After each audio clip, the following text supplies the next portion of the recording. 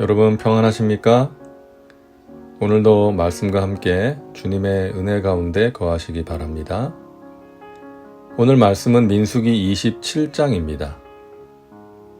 말씀 개요입니다. 1절부터 11절은 가나안 땅 분배 원칙에 이의를 제기했던 슬로브앗의 딸들의 의견이 은혜롭게 관철되는 장면이 기록되어 있습니다. 여성도 기업을 받을 수 있는 새로운 법이 제정된 것이죠. 12절부터 23절은 모세의 뒤를 이어 여호수아가 지도자로 세워지는 내용입니다. 말씀 묵상입니다. 오늘 말씀을 보면 하나님께서는 모세가 가나안 땅에 들어가지 못할 것을 말씀하십니다. 12절과 13절입니다. 야훼께서 모세에게 이르시되 너는 이 아바림 산에 올라가서 내가 이스라엘 자손에게 준 땅을 바라보라. 본 후에는 내 형 아론이 돌아간 것 같이 너도 조상에게로 돌아가리니. 이유는 우리가 이미 알고 있죠. 14절입니다. 이는 신광야에서 회중이 분쟁할 때에 너희가 내 명령을 거역하고 그 물가에서 내 거룩함을 그들의 목전에 나타내지 아니하였음이니라. 이 물은 신광야 가데스의 무리바 물이니라. 모세는 신광야에서 백성들이 물이 없어 원망할 때 하나님께서 반석을 명하여 물을 내라 하셨지만 마음을 다스리지 못해서 하나님의 말씀에 불순종하였습니다. 그 결과 가나안 땅에 들어가지 못하게 되었죠. 여러분, 그래서 이 마음을 지키는 것이 참으로 중요합니다.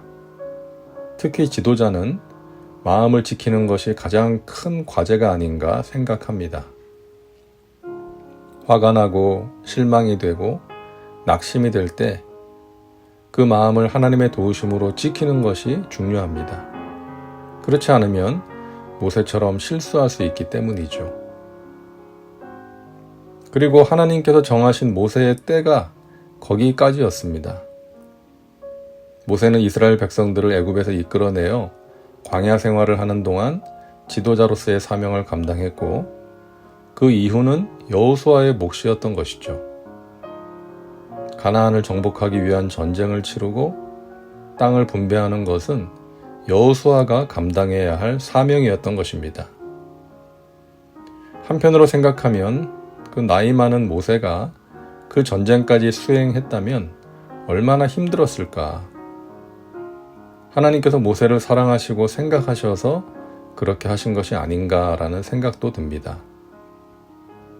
이것은 성경에 나오지 않으니까 개인적인 생각일 뿐입니다. 자, 모세는 가나안 땅에 들어가지 못한다는 말씀을 듣고 어떻게 합니까? 성경에는 기록되어 있지 않지만 섭섭한 마음이 들었을지도 모르죠.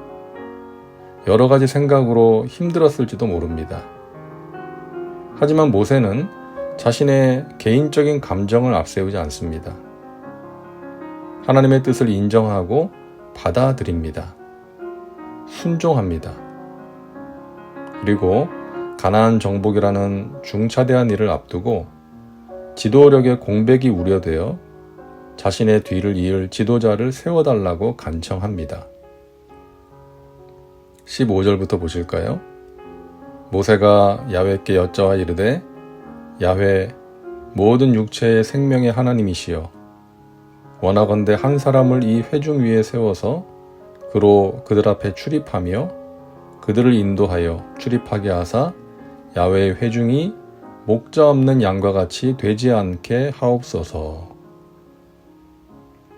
여러분, 이것은 지도자가 배워야 할 중요한 덕목입니다.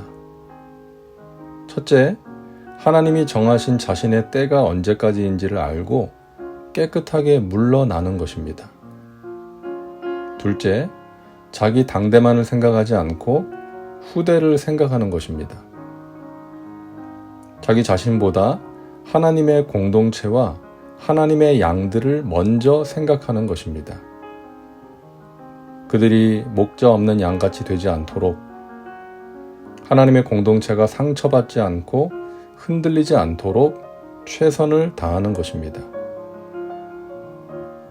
하나님께서는 모세의 간청을 들으시고 여호수아를 후계자로 세우십니다. 18절부터 보실까요?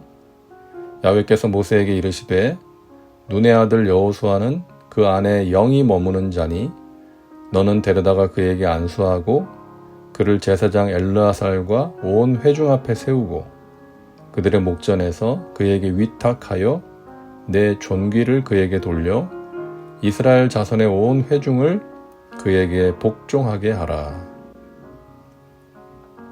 여호수아는 40년 동안 모세를 수종들면서 하나님을 잘 섬겼습니다.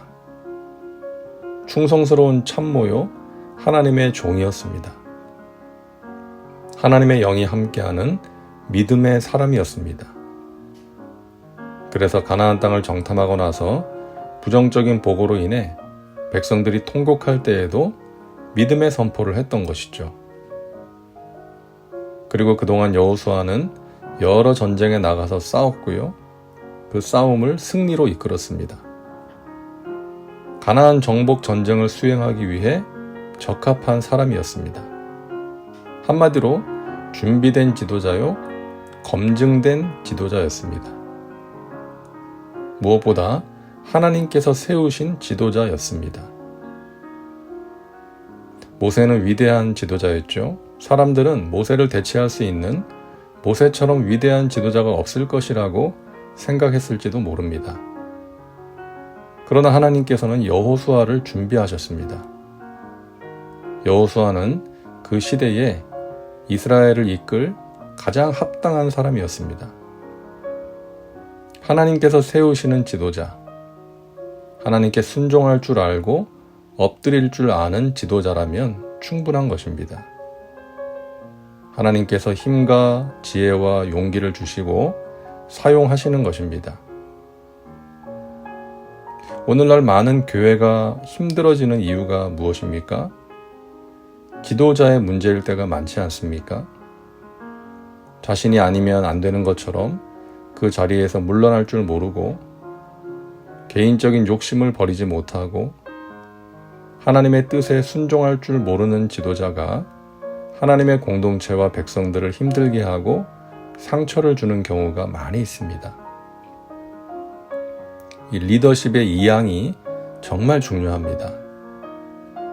리더가 어떤 사람이냐에 따라 그 공동체의 미래가 결정되기 때문이죠. 교회가 흔들리지 않도록, 마귀가 틈을 타지 못하도록, 하나님의 백성들이 목자 없는 양과 같이 되지 않도록 기도로 잘 준비해서 하나님의 뜻에 따라 하나님의 마음에 맞는 사람을 세울 수 있어야 합니다. 모두가 사심을 내려놓고 진정으로 하나님의 공동체와 하나님의 양들을 생각하면서 한다면 하나님께서 하나님의 뜻에 따라 사람을 세우시고 몸된 교회를 든든하게 세워주실 것입니다. 다음은 말씀 적용입니다.